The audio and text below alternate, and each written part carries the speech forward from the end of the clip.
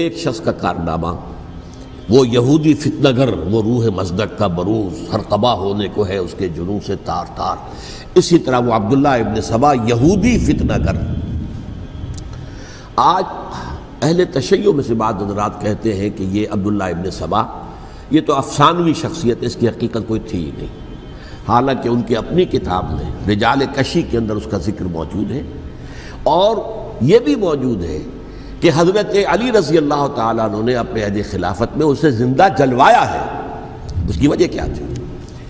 یہ آیا مدینے کے اندر اسلام کا لبادہ اوڑھ کر اس نے چند عقیدوں کی اشاعت شروع کی۔ سب سے پہلے حضرت علی تو خدا ہیں، گاڈ انکارنیٹ، اوتار کا تصور، جیسے ہندوؤں میں ہے رام چندر جی خدا کا اوتار، اور عیسائیت میں بھی پہلے گاڈ انکارنیٹ کا تصور تھا کہ حضرت مسیح خدا کا اوتار ہے، انکارنیشن آف گاڈ۔ تو اس نے کہا کہ حضرت علی تو خدا کا اوتار ہے، خدا ہے۔ نمبر دو، اس نے کہا کہ ہر نبی کا ایک وصی ہوتا ہے جس کے حق میں وہ وصیت کرتا ہے، تو حضور صلی اللہ علیہ وسلم کے وصی حضرت علی ہیں، لہذا خلیفہ تو اول روز سے حضرت علی ہیں، حضرت ابو بکر، حضرت عمر، حضرت عثمان یہ تو غاصب ہیں، اور حضرت عثمان کی خلافت تھی اس وقت تو خاص طور پر۔ پھر اس نے جو قبائلی عصبیت تھی اسے بھڑکایا۔ پرانی جو عصبیت چل رہی تھی قریش کے اندر، وہ دو گھرانے ایک دوسرے کے مد مقابل تھے۔ دیکھیے، ایک ہوتا ہے قبیلہ، ایک ہوتا ہے گھرانہ۔ ہمارے پنجاب میں ایک قبیلہ ہے وٹو قبیلہ، اس کے گھرانے بہت سے، مانے کے، لالے کے، سجے کے، شامت کے، یعنی کوئی لالا تھا ان میں سے بڑا، ان کے بیٹے ہو گئے لالے کے، ان کی اولاد، خاندان یہ کہلاتے ہیں۔ قبیلہ ایک، یہ وٹو قبیلہ۔ تو قبیلہ تھا قریش، اس میں گھرانے بہت تھے، بنو ہاشم، بنو امیہ، بنو تیم، بنو عدی، یہ بہت سے گھرانے تھے۔ تو چوٹی کے دو گھرانے جو تھے وہ بنو ہاشم اور بنو امیہ، ان کے درمیان چپقلش تھی، مقابلہ، مسابقت، اور یہ مسابقت فی الخیر بھی ہوتی تھی۔ اگر انہوں نے غریبوں کو کھانے کھلائے ہیں تو ہم ان سے بڑھ کر کھلائیں گے، اگر وہ حاجیوں کی خدمت کرتے ہیں تو ہم ان سے بڑھ کر کریں گے۔ تو ان کے اندر یہ مسابقت فی الخیر بھی تھی، لیکن چپقلش تھی کہ کوئی ہم سے آگے نہ نکل جائے، وہ سمجھتا تھا وہ آگے نہ نکل جائے۔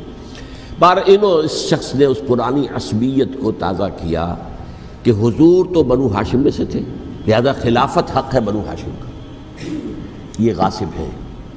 اس سے پہلے دو خلفاء جو تھے وہ نہ بنو ہاشم سے تھے نہ بنو امیہ سے تھے۔ حضرت ابو بکر بنو تیم میں سے تھے، چھوٹا قبیلہ تھا۔ حضرت عمر بنی عدی میں سے تھے، وہ بھی چھوٹا قبیلہ تھا۔ یہ حضرت عثمان پہلے خلیفہ جو بنو امیہ میں سے تھے، جن کی پرانی چپقلش بنو ہاشم سے تھی۔ اب اس کو موقع مل گیا کہ پرانی قبائلی عصبیت کو بھڑکائے۔ یہ ہے اصل میں اس فتنے کا پس منظر عبداللہ ابن سبا نے جو آ کر پھیلایا ہے، اور اس کی تفصیل میں اس وقت میں نہیں جا سکتا، کیسے یہ فتنہ پروان چڑھا، کیا انہوں نے اسٹریٹجی اختیار کی، کہ یہ کیا کرتے تھے، گروہ بنا کر بھیجتے تھے لوگوں کو، کوفے میں جاؤ تو وہاں پر دمشق کے گورنر کے خلاف اور مصر کے گورنر کے خلاف الزامات لگاؤ، اس نے یہ کیا، وہ غبن کر گیا، وہ یہ کر گیا، وہ خیانت کر رہا ہے، وہ رشتہ داروں کو پال رہا ہے، اور عثمان کے خلاف بھی تقریریں کرو رضی اللہ تعالیٰ عنہ۔ دمشق میں جاؤ تو کوفے کے گورنر کے خلاف، کیونکہ دمشق کے گورنر کے خلاف بات کرو گے تو لوگوں کو معلوم ہوگا کہ یہ جھوٹ بول رہے ہیں، لیکن یہ کہ وہاں تو تم بات کرو کوفے کے گورنر کے خلاف اور مصر کے گورنر کے خلاف اور حضرت عثمان کے خلاف۔ مصر میں جاؤ تو بات کرو کوفے کے اور شام کے گورنر کے خلاف اور حضرت عثمان کے خلاف۔ یہ انہوں نے ایسا اٹھایا، اور اس زمانے میں آپ کو معلوم ہے ذرائع رسل و رسائل تھے نہیں، نہ اس فتنے کی پتہ چل سکا جب تک کہ وہ فتنہ جو ہے پوری طرح برگ و بار لا کر تراور درخت نہیں بن گیا۔ اس کے نتیجے میں حضرت عثمان رضی اللہ تعالیٰ عنہ شہید ہوئے، اور خلیفہ پھر حضرت علی رضی اللہ تعالیٰ عنہ کو انہی سوائیوں نے، جنہوں نے گھیراؤ کیا تھا، جنہوں نے حضرت عثمان کو شہید کیا ہے، یہی حضرت علی رضی اللہ تعالیٰ عنہ کے ارد گرد ہو گئے۔ اور حضرت علی رضی اللہ تعالیٰ عنہ بھی نہیں چاہتے تھے خلافت کی بیعت لینا، لیکن آخر کیا کرتے؟ کیا وہ امت کو بغیر خلیفہ کے چھوڑ دیتے؟ حضرت زبیر سے کہا گیا، انہوں نے نہیں مانا، رد کر دی بات۔ حضرت طلحہ سے کہا گیا، انہوں نے نہیں مانا۔ حضرت علی سے کہا گیا، اب عشرہ مبشرہ میں سے یہی تو تھے نا، لہذا انہوں نے تسلیم کر لیا، خلافت ہو گئی۔ لیکن اس کے بعد جو خانہ جنگی ہوئی ہے، اس خانہ جنگی کے نتیجے میں نوٹ کر لیجئے کہ 1,00,000 کے قریب مسلمان ایک دوسرے کی تلواروں اور نیزوں اور برچھیوں اور تیروں سے ختم ہو گئے، ہلاک ہو گئے۔ یہ ہماری تاریخ کا تاریک ترین باب ہے۔ 5 سال، 4.5 سال حضرت علی کی خلافت کے اور 6 مہینے حضرت حسن کی خلافت کے رضی اللہ تعالی عنہ۔ اس سے کیا ہوا کہ ایک طرف تو اسلام کی جو توسیع ہو رہی تھی، تھمتا نہ تھا کسی سے سیل رواں ہمارا، وہ سیلاب رک گیا، انٹرنل سیبوٹاج ہو گئی نا، اب تو اندر ہی آپس ہی میں اگر دست و گریبان ہو گئے تو باہر اب کیا توسیع کرتے ہیں، وہ توسیع کا عمل رک گیا۔ اور یوں سمجھیے کہ جیسے ٹرک اگر کبھی چل رہا ہو، بھرا ہوا ہو، لوڈڈ، اور وہ چڑھائی چڑھ رہا ہو، تو اگر کہیں موشن ٹوٹ جائے، ٹرک کو رکنا پڑے، تو ڈرائیور کے جان پر بن جاتی، اس لیے کہ اس کو دوبارہ سٹارٹ کرنا، اور جبکہ وہ چڑھائی پر ہے، انکلائن پر ہے، آسان کام نہیں ہوتا، خطرہ ہوتا ہے وہ پیچھے جو ہے وہ نہ جائے۔ اور پہاڑی علاقوں میں آپ کو معلوم ہے ذرا پیچھے چلے جانے کا مطلب جو ہے بہت خطرناک جو ہے نتیجہ نکل سکتا ہے۔ بہرحال حضرت علی رضی اللہ تعالیٰ عنہ نے اپنے خلافت میں ایک کام یہ کیا، اب اس کی کیا مصلحتیں تھیں یہ تو انہی کے علم میں ہوگا، ہم قیاس کر سکتے ہیں اور میں اس میں نہیں جانا چاہتا۔ ابھی تک خلافت کا مرکز تھا مدینہ منورہ، حضرت ابوبکر، حضرت عمر، حضرت عثمان، وہیں جہاں حضور صلی اللہ علیہ وسلم رہے تھے اور جہاں پر کہ حضور مدفون تھے۔ لیکن حضرت علی نے اپنا مرکز جو ہے وہ کوفہ بنا دیا۔ اچھا، اس کی ایک ظاہری وجہ یہ سمجھ میں آتی ہے کہ اسلام کا جو پھیلاؤ ہو گیا تھا، وہ سلطنت اتنی وسیع ہو گئی تھی کہ مدینہ منورہ بہت جنوب میں اور بڑے صحرا کو عبور کر کے جانا ہوتا تھا۔ کوفہ جبکہ ایسی مقام پر تھا کہ جہاں سے مشرقی راستہ جا رہا ہے ایران کو، عراق کے اندر تو ہے وہ شہر کوفہ، اور پھر ایران اور خراسان اور ہندوستان کو راستہ جا رہا ہے، وہیں سے شمال کی طرف جا رہا ہے، شام کی طرف اور ترکی کی طرف، اور وہاں سے پھر یہ کہ مغربی افریقہ کو بھی کنٹرول کرنا، جو شمالی افریقہ کو وہ بھی آسان تھا۔ بہرحال حضرت علی نے کوفہ کو اپنا مرکز بنایا، اور نتیجہ یہ ہوا کہ سبائیوں کا بھی مرکز وہی بن گیا، چونکہ انہوں نے اپنے آپ کو گردا گرد رکھا حضرت علی کے رضی اللہ تعالیٰ عنہ۔ اب ظاہر بات ہے کسی پرٹیکولر پرسن کے خلاف تو کوئی مقدمہ موجود تھا نہیں، بلکہ جب جنگ جمل ہو رہی تھی، ابھی جنگ نہیں ہوئی تھی، حضرت عائشہ، حضرت طلحہ، حضرت زبیر وہ لے کر آئے تھے لشکر اس مطالبے کے لیے کہ حضرت عثمان کے قاتلوں کو سزا دی جائے، قصاص لیا جائے۔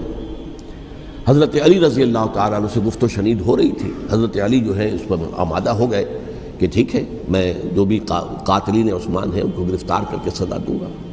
عین اسی وقت کوفے کی مسجد کے اندر جو ہے 10,000 کا مجمع کھڑا ہو گیا، ہم سب قاتل عثمان ہیں، لو ہم سے بدلہ کہاں سے لوگے۔ اور انہوں نے کیا کیا، جاتے ہی جنگ چھیڑ دی، اور جب چھڑ جائے تو یا مرو یا مارو، اس کے علاوہ تو کوئی چارہ کار ہوتا ہی نہیں۔ ایک رات میں 10,000 مسلمان شہید ہوئے، جن میں 2 عشرہ مبشرہ میں سے حضرت زبیر اور حضرت طلحہ رضی اللہ تعالیٰ عنہ۔ تو یہ صورت تھی، سبائیوں نے گھیراؤ کیا حضرت علی کا رضی اللہ تعالیٰ۔ حضرت معاویہ دعوے دار نہیں تھے خلافت کے، قطعاً نہیں، ان کا صرف ایک دعویٰ تھا، اور وہ یہ تھا کہ عثمان کے قاتلوں کو گرفتار کرو، یا خود سزا دو یا ہمارے حوالے کرو، ہم اس سے قصاص لیں گے۔ اس لیے کہ قبیلہ بنو امیہ کا تھا، اور حضرت ابی معاویہ بنو امیہ میں سے، تو ایک خاندانی طور پر جو ہے ہم قصاص لیں گے ان سے جنہوں نے قتل کیا ہے حضرت عثمان کو۔ لیکن یہاں ظاہر بات ہے کہ حضرت علی رضی اللہ تعالیٰ عنہ کی طرف سے مطالبہ یہ ہوتا تھا، تم پہلے میری بیعت کرو، میرے ہاتھ مضبوط کرو تاکہ میں ان کے خلاف کوئی اقدام کر سکوں۔ لیکن انہیں یہ اندازہ تھا کہ اگر میں نے بیعت کی تو ظاہر بات ہے کہ حضرت علی تک پہنچنے سے پہلے مجھے گردن بڑھا دیں گے یہ لوگ، اس لیے کہ سبائی جو ہے وہ آپ کو گھیرے ہوئے۔ بہرحال ایک عجیب الجھاؤ، ایک ڈائلیما تھا جس کی وجہ سے یہ جنگ چلتی رہی، اور حضرت علی رضی اللہ تعالیٰ عنہ کو انہی کے شیعان علی ہی کے اندر سے وہ جماعت علیحدہ ہوئی تھی جس کو ہم خوارج کے نام سے جانتے ہیں، اور ایک خارجی ملجم ابن ملجم ہی نے حضرت علی کو شہید کیا رضی اللہ تعالیٰ عنہ۔ پھر حضرت حسن رضی اللہ تعالیٰ عنہ، اب دیکھیے کس قدر صحیح بات تھی جو حضرت علی رضی اللہ تعالیٰ عنہ نے فرمائی جب ان سے کہا گیا کہ کیا ہم آپ کے بیٹے حسن کے ہاتھ پر بیعت کر لیں رضی اللہ تعالیٰ عنہ۔ فرمایا نہ میں تمہیں اس کا حکم دیتا ہوں نہ میں اس سے روکتا ہوں، یہ تمہارا معاملہ ہے، امرہم شورا بینہم، تم اپنے باہمی مشورے سے جو فیصلہ کرو گے ٹھیک ہے، میں نہ حکم دیتا ہوں نہ روکتا ہوں. اس کا کیا مطلب ہے؟ باپ کے بعد بیٹے کی خلافت ہرگز حرام نہیں ہے، ورنہ کہتے کیسے ہو سکتا میرا بیٹا؟ نہیں، یہ نہیں کہا آپ نے. حضرت عمر سے بھی کہا گیا تھا کہ اپنے بیٹے کو نامزد کر دیں، عبداللہ ابن عمر کو، تو انہوں نے جواب میں کیا کہا؟ اسے تو طلاق دینی بھی نہیں آتی. انہوں نے اپنی کسی زوجہ کو طلاق دی تھی اور اس میں جو صحیح ترین طریقہ ہے وہ اختیار نہیں کیا تھا. انہیں طلاق دینے تک نہیں آتی تو میں اسے خلیفہ بنا دوں. یہ نہیں کہا تھا کہ باپ کے بعد بیٹا خلیفہ نہیں ہو سکتا، یہ تو نہیں تھا. کہیں حرام نہیں ہے، نہ کتاب و سنت میں، نہ کوئی حدیث ہے، نہ کہیں قرآن مجید میں. تو حضرت علی نے بھی فرمایا رضی اللہ تعالی، نہ میں روکتا ہوں نہ حکم دیتا ہوں، یہ تمہارا اپنا معاملہ ہے. بہرحال حضرت حسن رضی اللہ تعالی عنہ نے حضرت امیر معاویہ سے صلح کر لی، خلافت ان کے سپرد کر دی. دیکھیے، میں حضرت ابوبکر، حضرت عمر، حضرت عثمان، حضرت علی کے ساتھ حضرت حسن کے دور خلافت کو بھی خلافت راشدہ میں سے سمجھتا ہوں. اور تبھی 30 سال پورے ہوتے ہیں اس حدیث کے مطابق کہ حضور نے فرمایا خلافت 30 برس رہے گی، پھر ملوکیت آ جائے گی. تو حضرت حسن کا بہت بڑا کارنامہ یہ ہے کہ اس خانہ جنگی کا دروازہ بند کر دیا. اور یہ پیشن گوئی تھی حضور کی صلی اللہ علیہ وسلم حضرت حسن کو، جب بچے تھے حضور کے انتقال سے پہلے، میرا یہ بیٹا مسلمانوں کے 2 گروہوں میں صلح کرائے گا. یہ حضور کی پیشن گوئی تھی، اور وہ پیشن گوئی حضرت حسن کے علم میں بھی ہوگی یقیناً. بہرحال انہوں نے صلح کی حضرت امیر معاویہ کے ساتھ رضی اللہ تعالی عنہ، خلافت ان کے حوالے کر دی، اور کچھ شرائط تھیں طے ہو گئی. اللہ خیر صلی اللہ. حضور کی تو یہ پیشن گوئی جو ہے صحیح ثابت ہوئی کہ میرا یہ بیٹا مسلمانوں کے 2 بڑے گروہوں کے درمیان صلح کرا دے گا. اور سبائیوں نے انہیں تانے دیے، یا عار المومنین، اے مومنوں کے لیے موجب عار، موجب شرم، تم نے بزدلی دکھائی ہے، تم نے امیر معاویہ کو خلیفہ تسلیم کر لیا، تم نے بزدلی دکھائی. معاذ اللہ ثم معاذ اللہ ثم معاذ اللہ.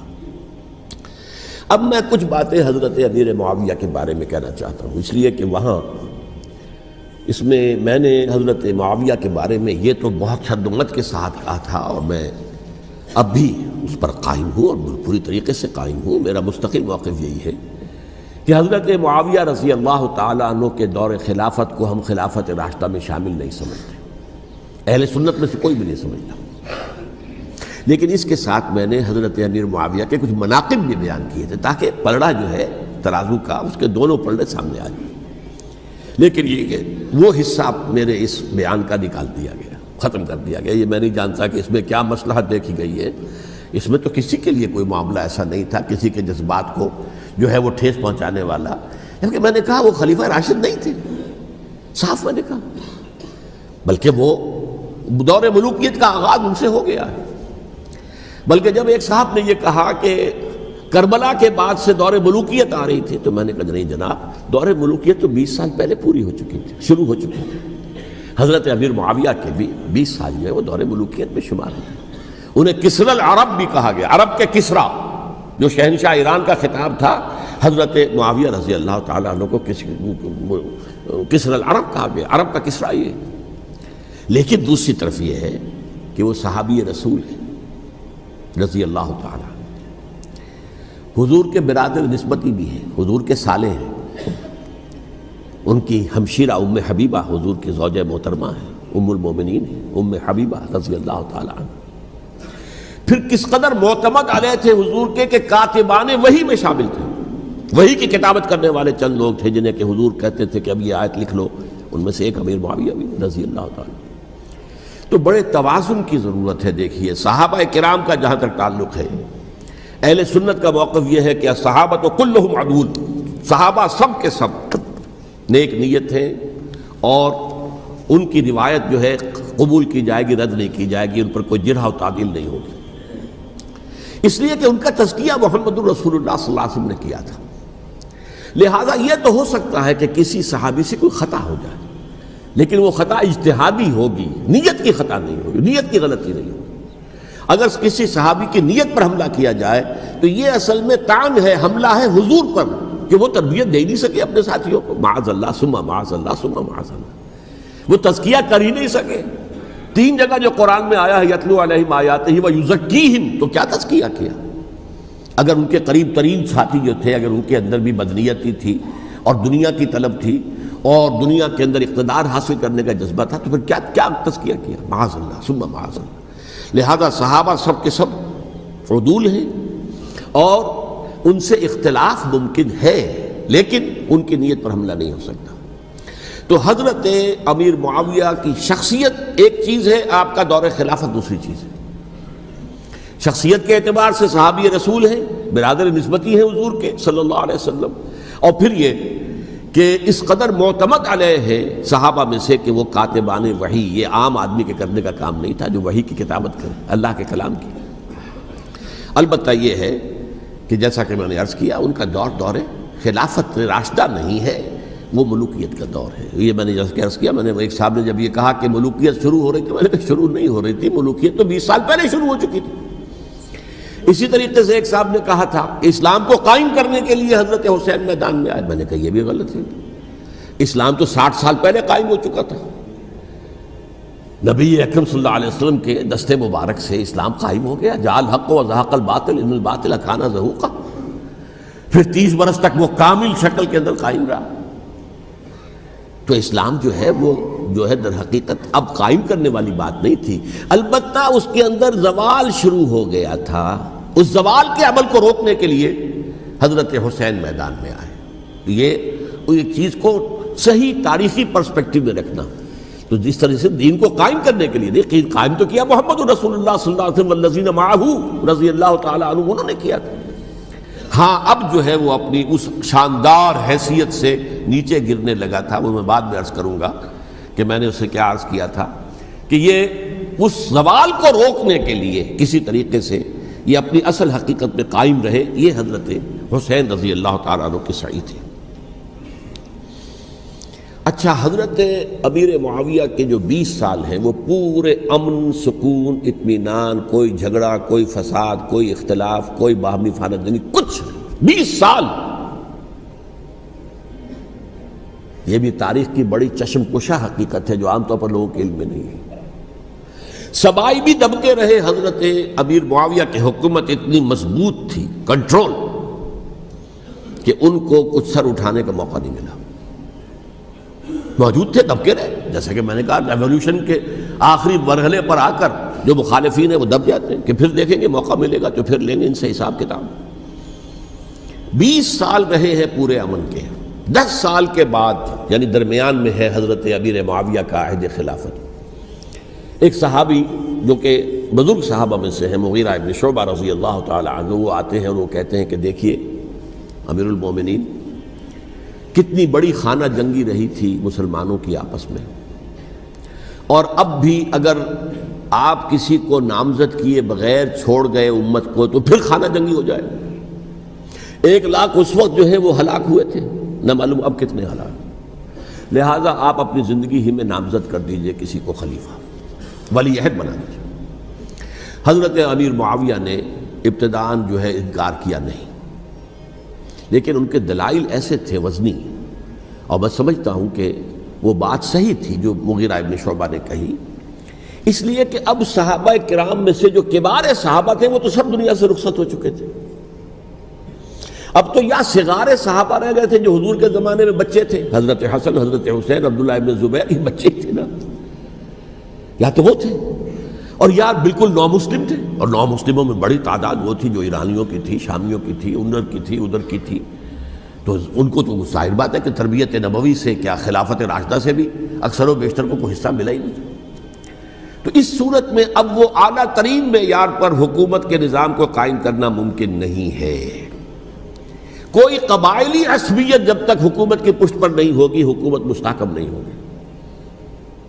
یہ گویا کہ ایک جس کو کہتے ہیں کہ حقیقت بینی، واقعیت پسندی، ایک آئیڈیلزم ہے اور ایک ریئلزم ہے کہ آپ فیکٹس آن دی گراؤنڈ کو غور کریں، سوچیں اس کے اوپر اور پھر کوئی فیصلہ کریں۔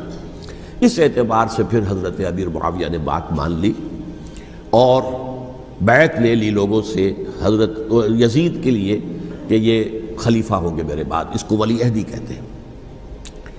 اچھا، اس وقت 5 افراد ایسے تھے کہ جنہوں نے اس سے اختلاف کیا، یہ بات بہت اہم ہے۔ میرا کتابچہ ہے سانحہ کربلا، اس کے کچھ نسخے آج یہاں ہوں گے، آپ لوگ پڑھیے اسے غور سے اور پھیلائیے تاکہ حقیقت سامنے آئے۔ 5 افراد کون تھے جو ہونے چاہیے؟ ابو بکر فوت ہو گئے، ان کے بیٹے عبد الرحمن ابن ابی بکر، عمر فوت ہو گئے، ان کے بیٹے عبداللہ ابن عمر، عباس فوت ہو گئے، ان کے بیٹے عبداللہ ابن عباس، زبیر فوت ہو گئے، ان کے بیٹے عبداللہ ابن زبیر، اور حضرت حسن جو ہے ان کا انتقال ہو چکا تھا، حضرت علی کے بیٹے حضرت حسین رضی اللہ تعالی عنہ مجمعین۔ حضرت حسن کے بارے میں ایک فریق کا کہنا یہ ہے کہ انہیں زہر دے کر ہلاک کیا گیا، اہل تشیع کا قول یہ ہے، جبکہ اہل سنت کہتے ہیں کہ نہیں، وہ اپنی جو بھی طبی موت تھی اس سے ان کی وفات۔ لیکن میں اس میں نہیں جانا چاہتا، اس لیے کہ یہ مائکرو ہسٹری جو ہے نا، وہ تو ایک ایک واقعے کے لیے ادھر کی روایات کیا، ادھر کی کیا ہیں، ان کے پاس کیا دلائل، ان کے پاس یہ تو کسی ریسرچ اسکالر کا موضوع ہے، میرا موضوع نہیں ہے۔ لیکن بہرحال یہ 5 حضرات تھے جنہوں نے ولی عہدی کی بیعت نہیں کی، لیکن حضرت معاویہ اتنے حلیم الطبع انسان تھے، انہوں نے جبر نہیں کیا، کوئی تشدد نہیں کیا۔ ٹھیک ہے، ولی عہدی کی بیعت نہیں کر رہے، کوئی بات نہیں، میری بیعت تو کی ہوئی ہے نا، ابھی تو میں زندہ ہوں، بات ختم ہو گئی، میری بیعت کو تو نہیں توڑا انہوں نے، فسخ بیعت نہیں کی۔ اس اعتبار سے انہوں نے نہ کوئی تشدد کیا، نہ جبر کیا، نہ کوئی مواخذہ کیا۔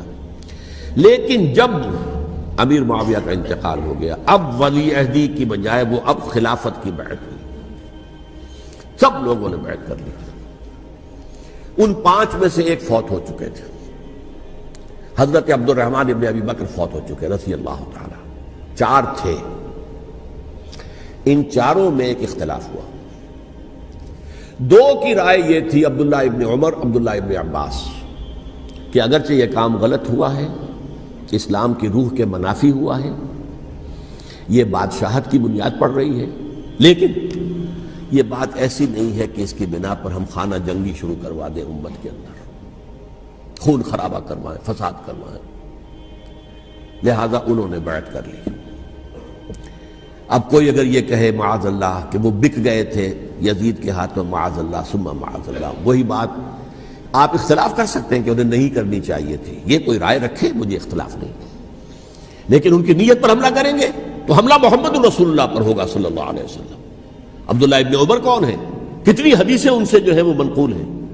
عبداللہ ابن عباس کون ہے؟ جنہیں حضور نے جو ہے جن کے لیے دعا کی تھی، اے اللہ فقہہ فی الدین وعلمہ التاویل، اے اللہ اس نوجوان کو دین کا فہم عطا کر اور قرآن کی تعویل اور تفسیر کا علم عطا کر، حبر الامہ کہلاتے ہیں۔ وہ کہیں پیسوں اور ٹکوں کے عوض بک جانے والے نہیں تھے، انہوں نے امت کی مصلحت دیکھی، نیت جو ہے اس پر حملہ نہ کیجئے، البتہ اختلاف کا حق آپ کو حاصل ہے۔ 2 حضرات جو ہے ڈٹے رہے کہ نہیں، ہمیں کم وٹ میں ریزسٹ کرنا ہے۔ عبداللہ ابن زبیر عمر کے اعتبار سے وہ بڑے ہیں، مسلمانوں میں سب سے پہلے ولادت مدینے میں جا کر جو ہوئی ہے وہ عبداللہ ابن زبیر کی ہوئی ہے۔ ہجرت کر کے جب مہاجرین وہاں پہنچے، کچھ عرصے تک کسی کے ہاں کوئی اولاد نہیں ہوئی، تو لوگوں نے تانے دینے شروع کر دیے کہ معلوم ہوتا ہے کہ یہاں آ کر یہ مکے کے رہنے والے جو ہے کمزور ہو گئے ہیں، ان کے ہاں اولاد ہی نہیں ہو رہی۔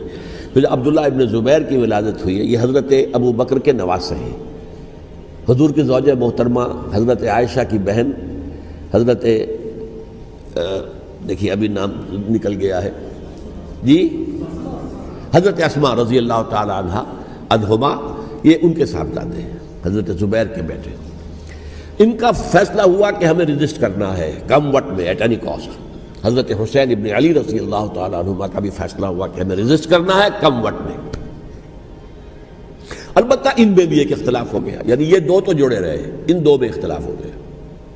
عبداللہ ابن زبیر کا کہنا یہ تھا کہ ہمیں حجاز میں رہنا چاہیے، یہ سرزمین ہے جس میں نبوت کی برکات سب سے زیادہ ہیں، یہاں ہم مضبوط قلعے کے اندر ہیں، ہمیں یہاں سے جو ہے رجسٹ کرنا چاہیے اور ختم کرنا چاہیے اس نظام کے اندر جو خرابی آ گئی ہے اس کو۔ حضرت حسین رضی اللہ تعالیٰ عنہ کے پاس خطوط کا تانتا بنا ہوا تھا، کوفے سے لوگ خط لکھ رہے تھے، آئیے آئیے آئیے، ہم آپ کے ہاتھ پر بیعت کریں گے، ہم آپ کے ہاتھ پر بیعت کریں گے، ہم آپ کے ہاتھ پر بیعت کریں گے۔ یہی وہ کوفہ جو حضرت علی کا دارالخلافہ رہا تھا اور جو پھر صبائیت کا گڑھ بن گیا تھا۔ چنانچہ حضرت حسین نے حضرت مسلم بن عقیل کو بھیجا وہاں پر کہ میرے نمائندے کی حیثیت سے جا کر وہاں پر بیعت لو۔ 10-12 ہزار افراد نے بیعت کر لی، لیکن اس کے بعد یزید کی طرف سے گورنر بنا کے بھیجا گیا ابن زیاد کو۔ ابن زیاد نے آ کر جو تشدد کیا اور سختی کی تو سب کے سب بیعت توڑ کر اور سب منحرف ہو گئے. مخلصین تو وہ تھے نہیں. الکوفی لایوفی، کوفی جو ہے وہ تو کوئی وعدہ وفا کرنے والا ہوتا ہی نہیں، بیعت توڑ دی. فمن نقص فانما ينقص على نفسه، بیعت کے بعد بیعت توڑ دینا بہت بڑا گناہ ہے، توڑ دی. ادھر اطلاع مل گئی حضرت حسین کو، چل چکے تھے وہ، راستے میں تھے کہ وہاں تو مسلم بن عقیل شہید ہو گئے اور سب لوگوں نے بیعت توڑ دی. اب واپس جانا چاہتے تھے لیکن مسلم بن عقیل کے بیٹے جو ہے اڑ گئے. یہ عرب کی اپنی ایک جو ہے پرانی ان کی حمیت اور ان کا قبائلی نظام کہ اب ہم اپنے والد کے خون کا قصاص لیے بغیر نہیں جائیں گے.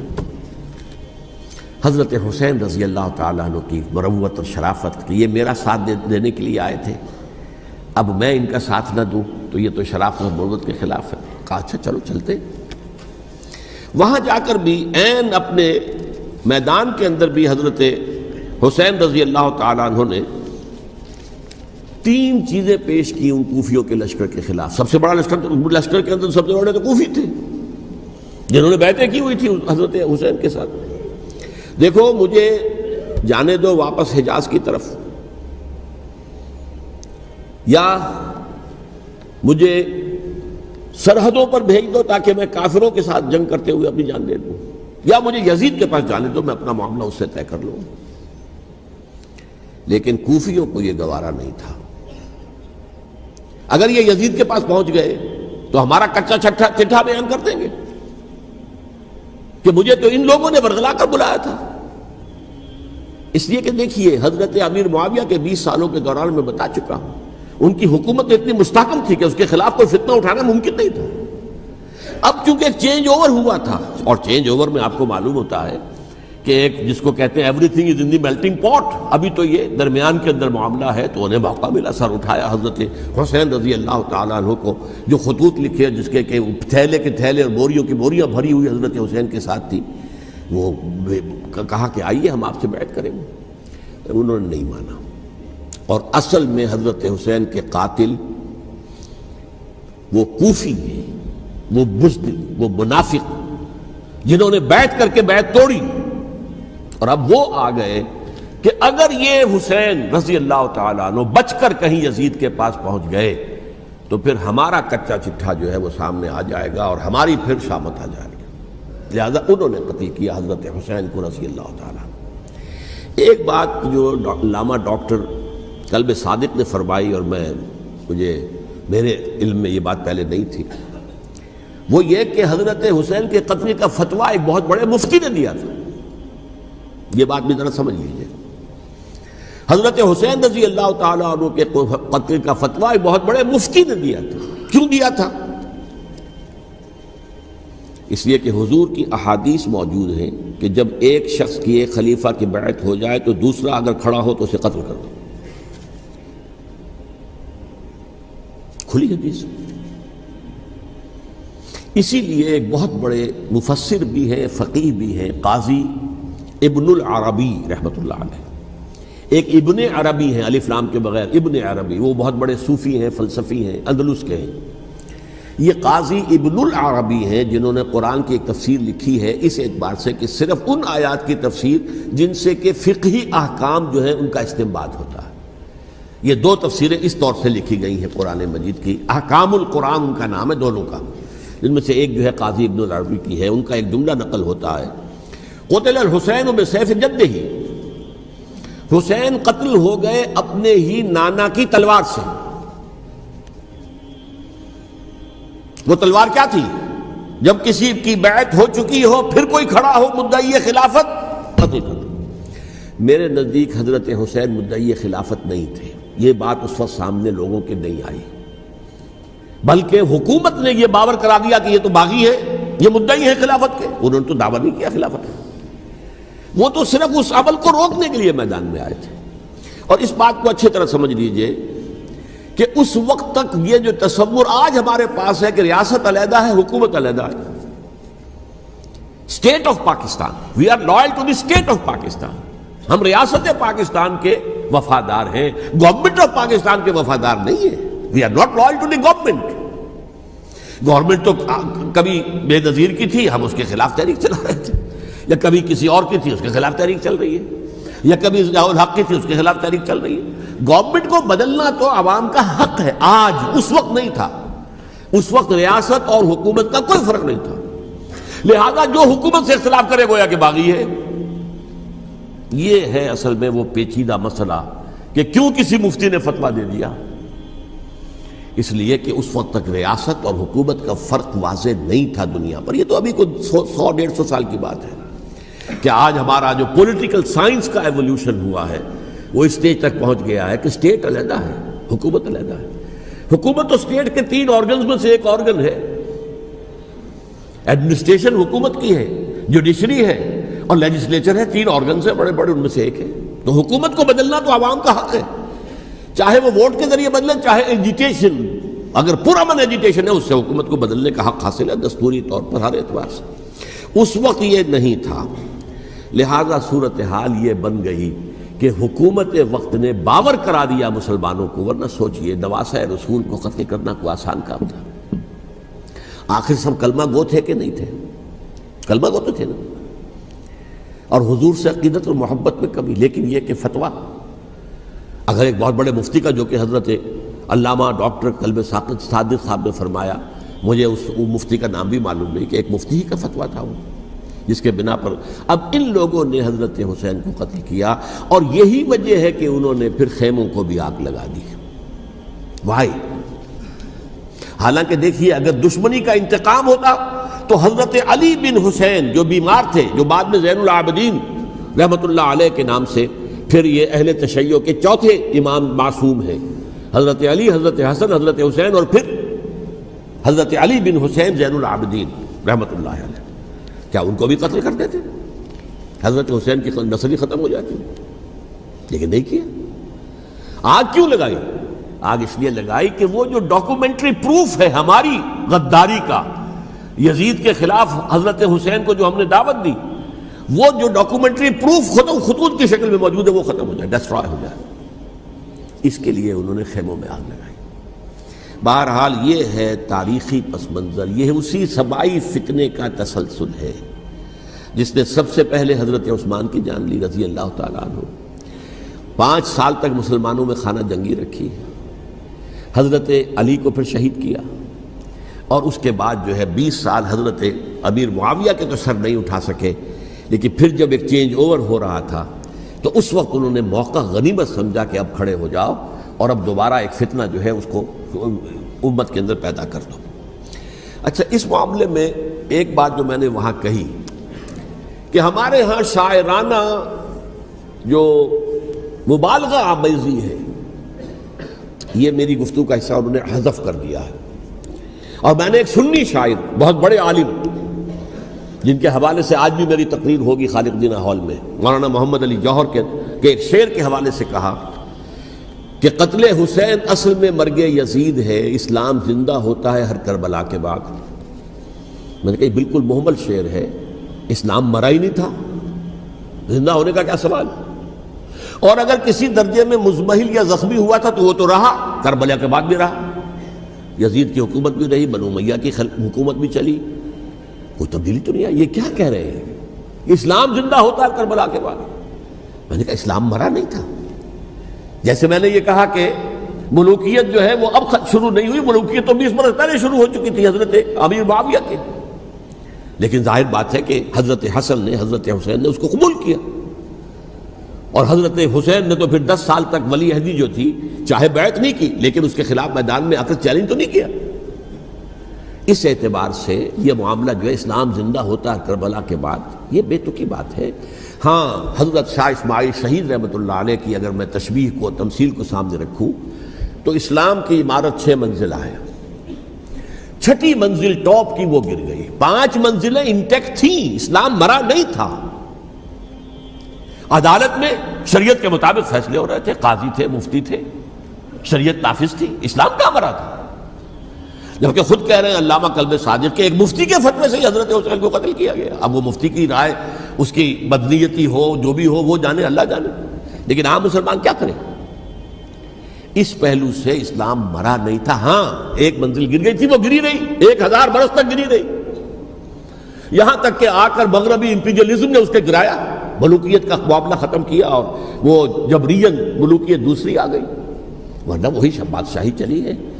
بلکہ دور بنو امیہ میں وہ بادشاہی پوری طرح اس نے بالوں پر نہیں نکالے تھے، اصل باروں پر تو اس نے نکالے ہیں دور بنو عباس میں آ کر. اور پھر سلاطین جو ہے ترک، جو ترک خلفاء ہیں، ان کا بھی بادشاہت تھی اور کیا تھا، وہ خلافت تو نہیں تھی. تو یہ تو اسلام میں جو بھی نقص واقع ہو گیا تھا، کبھی واقع ہو گئی تھی، وہ جو کی تو برقرار رہی. اس کو بھی تسلیم کیا. میں اللہ کا شکر ادا کر کے کہتا ہوں کہ دونوں حضرات، دونوں شیعہ دانشور اور بڑی اعلیٰ سطح کے جو شیعہ عالم تھے، انہوں نے اس بات کو تسلیم کیا اور میری اس بات کو چیلنج نہیں کیا.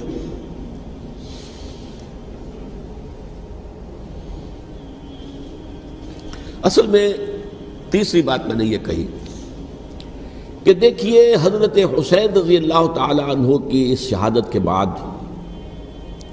اس کے بعد واقعہ حرہ بھی ہوا، جو واقعہ کربلا سے بھی بعض اعتبارات سے زیادہ بھیانک اور زیادہ گھناؤنا واقعہ ہے بنو امیہ کی تاریخ ہے، جس کو لوگ جانتے ہی نہیں. مدینہ کے کچھ لوگوں نے بغاوت کی اور انہوں نے اس کے خلاف فوج بھیجی، اور فوج کو جب مدینہ فتح کر لیا 3 دن کے لیے حلال کر دیا، جو چاہو کرو، یہاں جسے چاہو مارو، جسے چاہو لوٹو، جس کا گھر چاہو برباد کرو، جس عورت کو چاہو ریپ کرو. اور یہ مدینہ النبی کے اندر ہوا. تو کاٹ کھانے والی ملوکیت کے اندر بہت سے واقعات ہوئے. عبداللہ ابن زبیر کھڑے ہوئے، انہوں نے حکومت قائم کی تھی، لیکن یہ کہ وہ تو 6 سال کے لیے کامیاب بھی رہے، ایک حکومت قائم کی، بنو امیہ کے ہاتھ پر بیعت نہیں کی، بالآخر ان کی حکومت بھی ختم ہو گئی. پھر حضرت زید کھڑے ہوئے، انہوں نے بغاوت کی، وہ بھی ناکام رہ گئے. پھر بنو عباس میں کھڑے ہوئے حضرت نفس زکیہ، حضرت حسن رضی اللہ تعالیٰ عنہ کے اولاد میں سے، وہ بھی ناکام ہو گئے، شہید ہو گئے. پھر یہ سمجھ لیا گیا کہ اب یہ جہاں تک 6ٹھی منزل ہے وہ تو دوبارہ تعمیر نہیں ہو سکتی. یہ تو جس کی لاٹھی اس کی بھینس، جس کے پاس طاقت ہوگی اس کی حکومت ہوگی، جس کا قبیلہ زیادہ قوی ہوگا، جس قبیلے میں زیادہ عصبیت ہوگی، مضبوط ہوگا، متحد ہوگا، طاقتور ہوگا، اسی کی حکومت ہوگی. البتہ اس کے نیچے لوگوں کے اخلاق کی اصلاح کرو. صوفیاء کرام نے وہ کام اپنے ذمے لیا، اور بالکل وہی کام ہے کہ جو ائمہ اہل بیت کرتے رہے. حضرت حسن کی اولاد میں پھر حضرت علی بن حسین رضی اللہ تعالی، حضرت حسین کی اولاد میں پھر امام محمد باقر، امام محمد جعفر صادق، اور اس کے بعد بھی 5 اور. کسی نے بغاوت نہیں کی. جیسے علماء کرام کام کر رہے تھے اور جیسے صوفیاء کرام کام کر رہے تھے، ایسے ہی وہ مسلمانوں کی علمی تربیت، روحانی تربیت و تزکیہ کر رہے تھے. کسی نے حکومت کو چیلنج نہیں کیا. نوٹ کر لیجیے اس بات کو. حضرت علی نے بھی چیلنج نہیں کیا تھا، حضرت حسن نے چیلنج نہیں کیا، خود صلح کر لی. تو ائمہ اہل بیت جو 12 یہ گنتے ہیں، جن میں سے آخری جو ہے حضرت مہدی کو تو ابھی ظاہر ہونا ہے، ان کے عقیدے کے مطابق وہ روح پوش ہیں، وہ ظاہر ہوں گے. لیکن 11 حضرات کے بارے میں یہ کہ حضرت حسین کے سوا کسی نے بھی چیلنج نہیں کیا وقت کے نظام کو. اور حضرت حسین نے بھی اس مغالطے پر کیا کہ کوفی ساتھ دیں گے، اور یہ موقع ہے کہ یہ جو 6ٹھی منزل اسلام کی گر گئی ہے، اسے دوبارہ تعمیر کر دیا جائے. انہوں نے خلافت کا دعویٰ نہیں کیا تھا، یہ انہیں عوام کو مغالطے میں مبتلا کیا گیا کہ یہ خلافت کا مدعی ہو کر سامنے آیا. جیسا کہ میں نے آپ سے کہا تھا، امیر معاویہ نے حضرت علی کے عہد خلافت میں کبھی خلافت کا دعویٰ نہیں کیا. مدعی خلافت نہیں تھے وہ تو یہ کہتے تھے کہ قاتلان حسین جو ہے، قاتلان عثمان کو سزا دو، قصاص دو، بس. اسی طرح حضرت حسین نے بھی. اب دیکھیے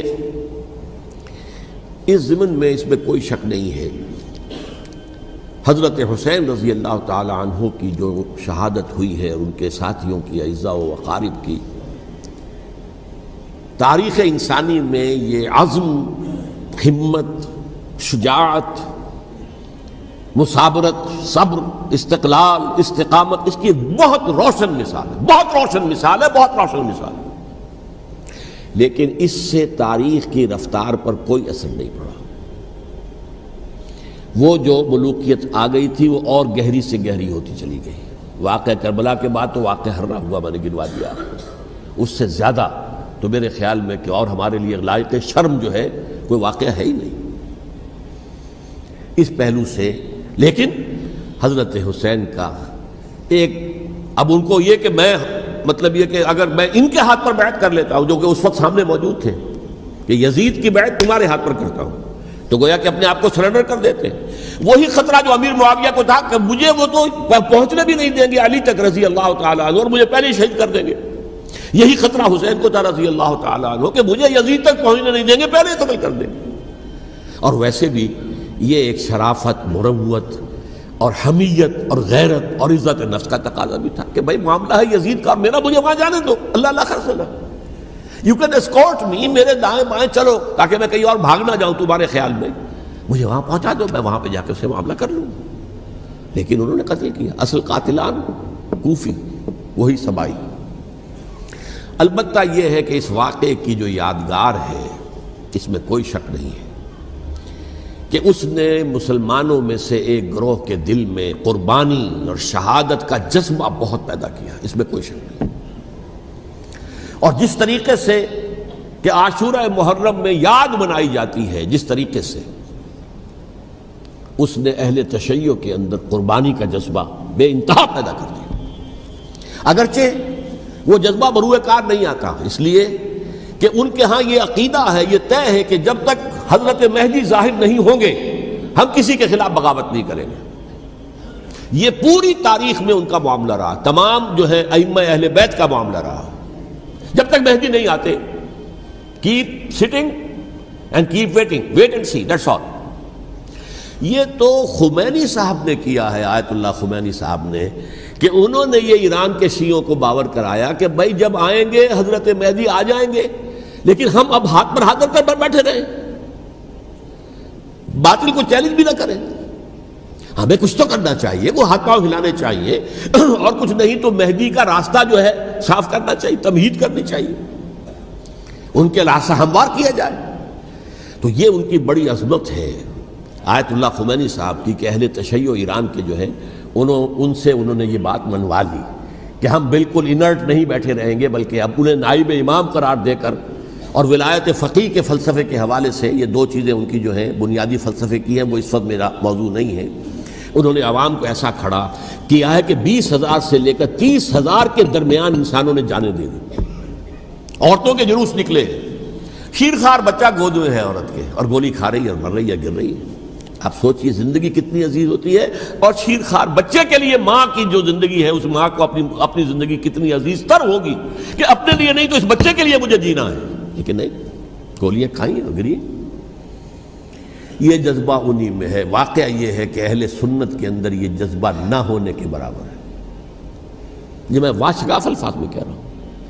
پورے عالم اسلام میں صرف شیعہ ایران ایسا نکلا ہے کہ جس نے بادشاہت کا خاتمہ کیا، باقی سعودی عرب میں بادشاہت بیٹھی ہوئی ہے، ڈٹ کر بیٹھی ہوئی، اربوں ڈالر کا ایک ایک محل بنتا ہے ان بادشاہوں کا، اور سنی سن ہے، سن، کوئی حرکت نہیں۔ وہ تو اب جو حرکت ہو رہی ہے وہ اینٹی امریکن حرکت ہے جو ہو رہی ہے، وہ در حقیقت وہ مسئلہ بالکل دوسرا ہے جو اس وقت ہو رہا ہے، لیکن یہ کہ عالم اسلام میں کوئی تحریک ایسے نہیں اٹھی۔ یہ اہل تشیع میں ہے جو بالکل استثنائی بات ہے کہ انہوں نے جو ہے ایسا بادشاہ جس کو کہا جاتا تھا کہ اس کا جو اسلحہ خانہ ہے وہ ایشیا میں سب سے بڑا اسلحہ خانہ ہے، جو 2500 سالہ پرانی جو ایک عظمت تھی ایران کی، اس کو دوبارہ تازہ اور زندہ کرنا چاہتا تھا۔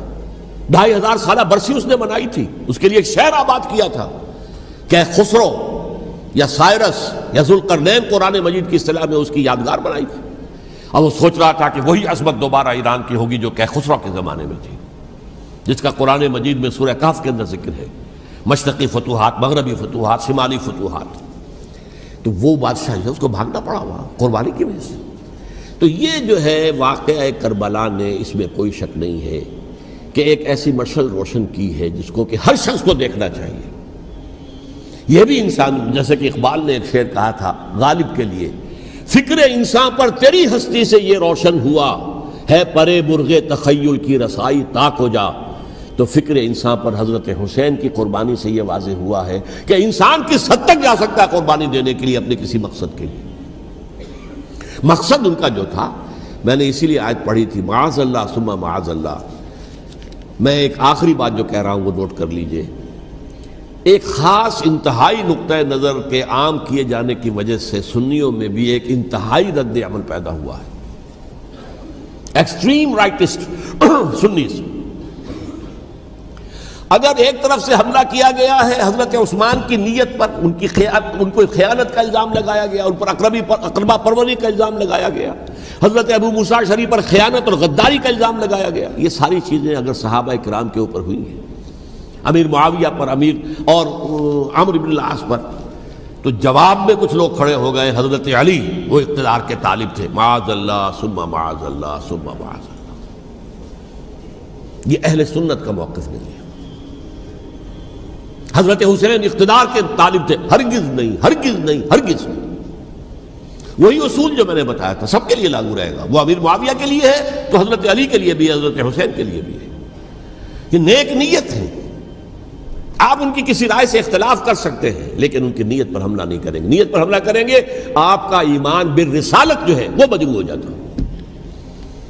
یہ رسول کے ساتھ بھی ہے، رسول نے ان کا تزکیہ کیا، یتلو علیہم آیاتہ ویزکیہم، اس کا سارا عمل محمد کا کیا ہوا ہے صلی اللہ علیہ وسلم۔ تو صحابی کے معاملے میں یہ ہمارے ہاں ان کو اہل سنت جو ہیں، جو معتدل مزاج کے، اور اکثریت ان کی، یہ تو چند لوگ ہیں، ذرا قلم چلا لیتے ہیں تو ان کی بہت سی کچھ چھوٹی چھوٹی کتابیں بھی شائع ہو گئی ہیں بہت، لیکن انہیں اہل سنت نے قرار دیا ناسبی یا خارجی۔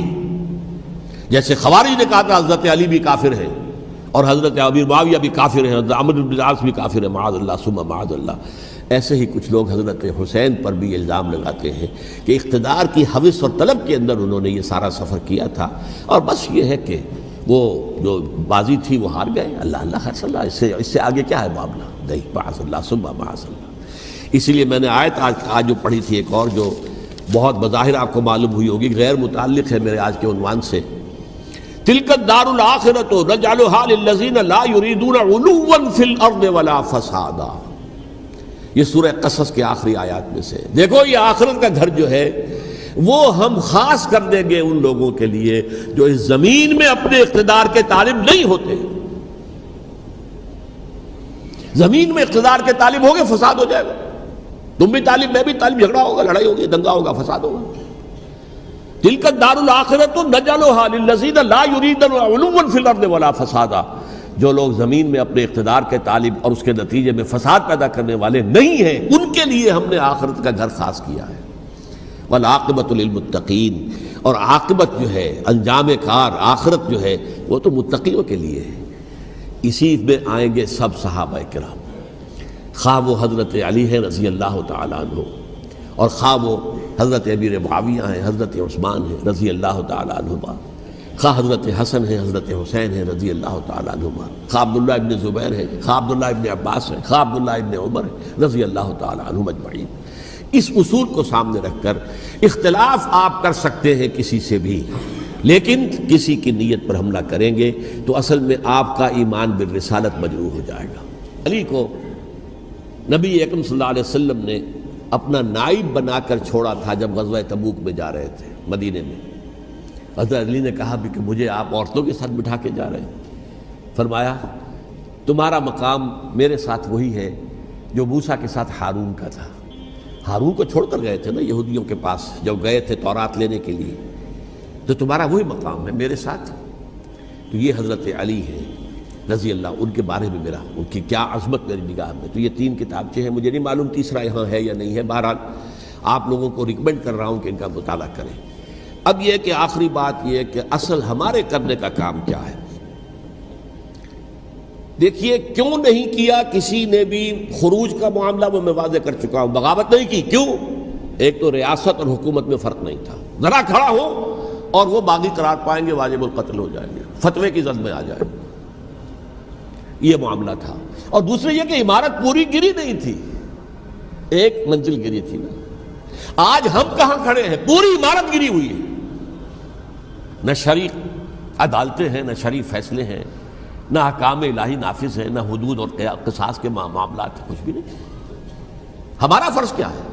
حضرت حسین کی مدح کرتے رہیے، تعریف کرتے رہیے، صحابہ کرام کی مدح کرتے رہیے، مدح صحابہ، اس کے لیے مجلسیں قائم ہو رہی۔ بھائی کر کیا رہے ہو؟ تھے تو آبا وہ تمہارے ہی، مگر تم کیا ہو؟ ہاتھ پر ہاتھ دھرے منتظر فردا ہو۔ تلک امۃ قد خلت لہا ما کسبت ولکم ما کسبتم۔ وہ تو ایک امت تھی جو چلی گئی، اللہ کے ہاں پہنچ گئے۔ جو کچھ انہوں نے کمایا وہ ان کے لیے، تمہارے لیے نہیں ہے۔ تمہارے لیے وہ ہوگا جو تم کماؤ گے۔ ہمارے لیے راستہ اب یہی ہے کہ خلافت راشدہ کے مکمل نظام کو اثر نو قائم کرنے کے لیے منہج انقلاب نبوی کو اختیار کریں۔ میری کتاب اس پر، کیسٹس اس پر، آڈیو کیسٹس، ویڈیو کیسٹس، سی ڈیز، نہ معلوم ڈی وی ڈی، سب کچھ موجود ہے۔ سیرت النبی پر تو میں عرض کر چکا ہوں، فلسفہ سیرت النبی سمجھنا ہے تو میری کتاب پڑھیے، ورنہ سیرت النبی آپ پڑھ لیں گے، واقعات معلوم ہو جائیں گے، فلسفہ سیرت سامنے نہیں آئے گا۔ اس کا آپ مطالعہ کریں گے میری کتاب سے۔ اور دوسرے یہ کہ یہ خلافت قائم کرنے کے لیے جو جد و جہد ہم کر رہے ہیں، تحریک خلافت پاکستان جس کا میں داعی ہوں ادنا سا، وہ تنظیم نہیں ہے، میں اس کا امیر نہیں، وہ ایک تحریک ہے۔ جیسے تحریک پاکستان کہلاتی تھی جس کی تنظیم تھی مسلم لیگ، پارٹی کا نام مسلم لیگ تھا، لیکن تحریک پاکستان۔ اس طرح تحریک خلافت پاکستان وہ ہم نے چلائی ہے تنظیم اسلامی کے تحت۔ یہ خلافت جب پہلی چلی تھی آج سے 84 سال قبل، نومبر 1921 میں خالد دینہ ہال میں وہ مقدمہ چلا تھا، جس کے نتیجے میں بڑے بڑے جو لیڈر تھے ہمارے، مولانا محمد علی جوہر اور مولانا حسین مدنی اور مولانا ابوالکلام آزاد، ان سب کو 2 سال کی قید کی سزا سنائی گئی تھی، بغاوت، مقدمہ بغاوت، یہ خالد دینہ ہال۔ اسی میں سن 91 یا 92 میں میں نے 3 دن تقریریں کی تھیں، جن میں آج سے پھر میں 3 تقریریں کرنے والا ہوں، ایک آج شام کو، ایک کل شام کو رات 9 بجے، آج بھی کل بھی، ایک پرسوں اتوار کی صبح کو 10 بجے ہے کیا 11 بجے۔ تو ان میں آپ حضرات شرکت فرمائیں، تاکہ اصل جو ہمارے کرنے کا کام ہے، تاریخ کو بھی سمجھنا چاہیے، تاریخ کے عوامل کیا ہیں، کیا پس پردہ عوامل کار فرما تھے، کیا کسی شے کی اصل حقیقت ہے، وہ سمجھنا چاہیے۔ لیکن یہ ہے کہ اس اعتبار سے میں نے جب یہ لفظ استعمال کیا تھا اس مذاکرے میں، لپ سروس، کہ یہ ہم صرف لپ سروس کرتے رہے، مدح کے بیان کرتے رہے، منقبت بیان کرتے رہے، حضور کی نعتیں کہتے رہے، تو اس سے تو بات نہیں بنے گی جب تک کہ وہ فرض منصبی شہادت علی الناس کا جو ہمارے ذمے ہے بحیثیت امت محمد صلی اللہ علیہ وسلم اس کو ادا نہ کرے۔ مجھے خوشی ہے کہ اس کی بھی تائید دونوں حضرات نے کی، ہاں یہ لپ سروس کا معاملہ ہے۔ اللہ تعالی حضرت حسین کے نقش قدم پر چلتے ہوئے، بلکہ اصل میں تو ہمارے لیے اسوہ رسول ہے محمد صلی اللہ علیہ وسلم کا، اس پر چلتے ہوئے ہم پاکستان میں اسلام کا نظام خلافت قائم کرنے کی جد و جہد کریں۔